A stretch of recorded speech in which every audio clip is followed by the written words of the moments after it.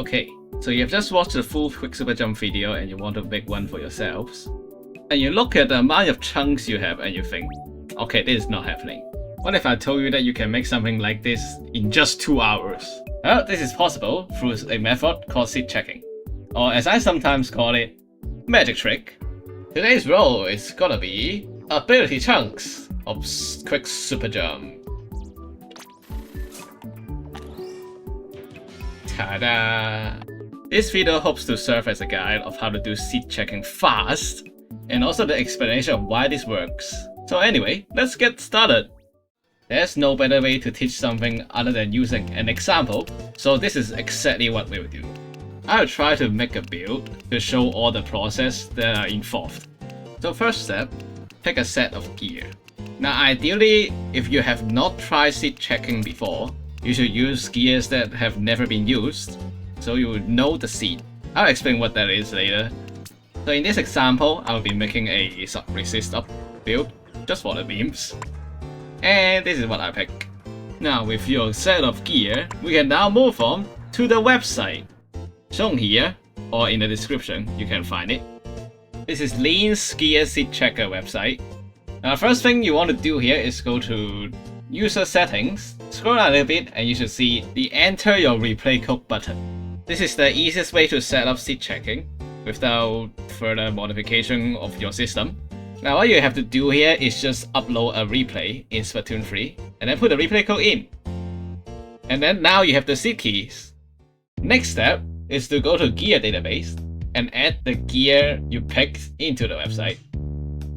When you're adding them, you also want to check the checkbox of brand new gear. The website would know these are brand new gears and will use the correct seed for seed checking later. If the gear you picked was once used, there are a few more steps you need to take. If you know which abilities your gear got, go to the Gear Seed Checker tab, click on Display Results, and just follow up to what the last ability was, and then click Update Seed and save afterwards. If you don't remember all the abilities your gear got, now you have to go to the Gear Seed Recovery tab, pick your gear, and put in the abilities that your gear have. Typically, you need 3 to 4 rolls for you to get the seed back. So if you need the 4th one, then go play another run and upgrade your gear once. However, if your gear has gotten a lot of abilities that are not on the gear itself, meaning they have been converted to chunks, then you have to know the full sequence of all those abilities, which may take a while if you are using the level it up method. But you can also use Super C Snails to reroll them, and that will also count. After rerolling, put them into Gear Seed Recovery with no drinks. And as you can see here, we got lucky, so just 3 abilities and we get our seed. With the seeds known, we can now move on to the next step, which is planning. Now obviously you can work on them all by separating them, but we want to do this quick. So we want to find as much overlap as possible in these 3 pieces of gear. To search for a path to get the perfect gear abilities for yourself, we use the Search Target tab, and we will select all sub-resistant because we want that. Then click Find Result. As we can see here, we have a path by drinking different drink tickets to get the abilities. So for all of my 3 pieces of gear, their path looks like this.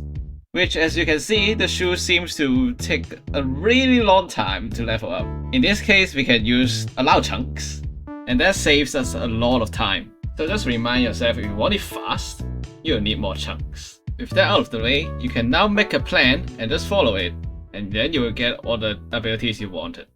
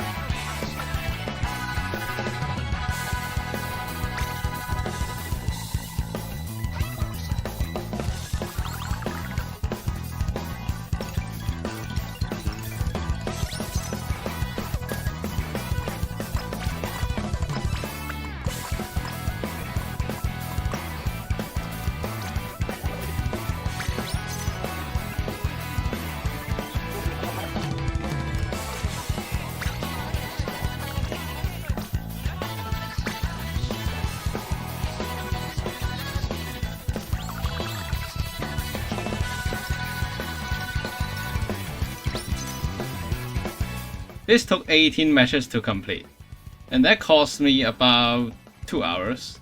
The matches were actually kind of funny, so if you want to look at them, that would be another video. To make gear building fast, we have to do optimizations. In fact, I already told you the most significant optimization technique earlier, which is planning. The idea is that we should work on multiple gear pieces at once.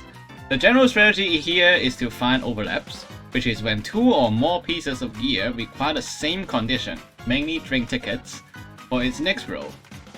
In the example, all 3 pieces of gear needed the sub-resist up drink ticket to start with. The shirt and the shoes had basically the same path, so they are fully overlapped. According to the plan, unlock 1 slot appeared 5 times. If we were to do this separated, it will appear 9 times. The fewer this happens, the less time you use. And obviously, the ideal situation is to have this appear 3 times only. If you can, try to use drink tickets for building gear, as having a drink ticket active gives you 1.5 the experience, but this is less of a priority than overlap planning. The other less significant optimization one can do is mode selection. Choosing the right mode can govern how quickly you unlock the ability slots. There are only 2 modes though, Turf War and Ranked modes, as all 4 ranked modes give the same experience.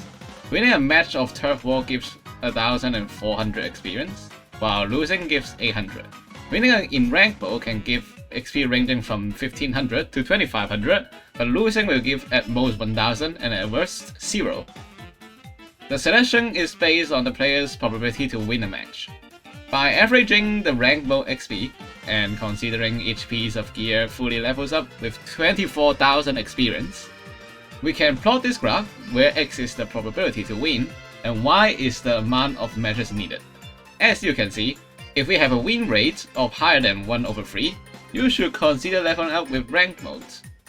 But this approximation got rid of so many factors, for example, weapon performance, rank XP distribution, so it should only be taken as a reference.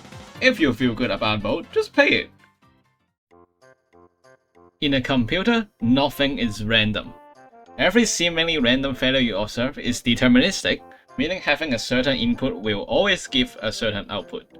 The random number generator, RNG for short, is just a deterministic algorithm, turning an input, we call seed, into an output. In some applications, including Splatoon 3, this output will be used as the seed again, and that's why this is called the seed checker. Each piece of gear has their own starting seed, and every time it rolls a new ability, the seed changes. As this RNG is deterministic, we can calculate the next seed outside of the game, and simulate what the game does to roll abilities. Data miner Lean includes all these technical details on the Gear Seed Checker website. We can actually follow these details to write our own seed checker. So let's try to do that. As we can see, the random number generator is simply performing exclusive OR and shifts to get the new seed. Then we'll use this seed to determine the ability. If you don't know, some brands in Splatoon 3 has weighted abilities, meaning some abilities are more likely to appear in certain brands.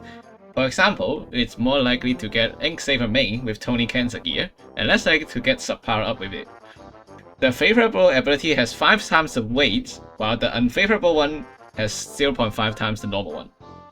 With this, we can construct an array of weights for different abilities, and then use the modulus of the seed to calculate the next ability.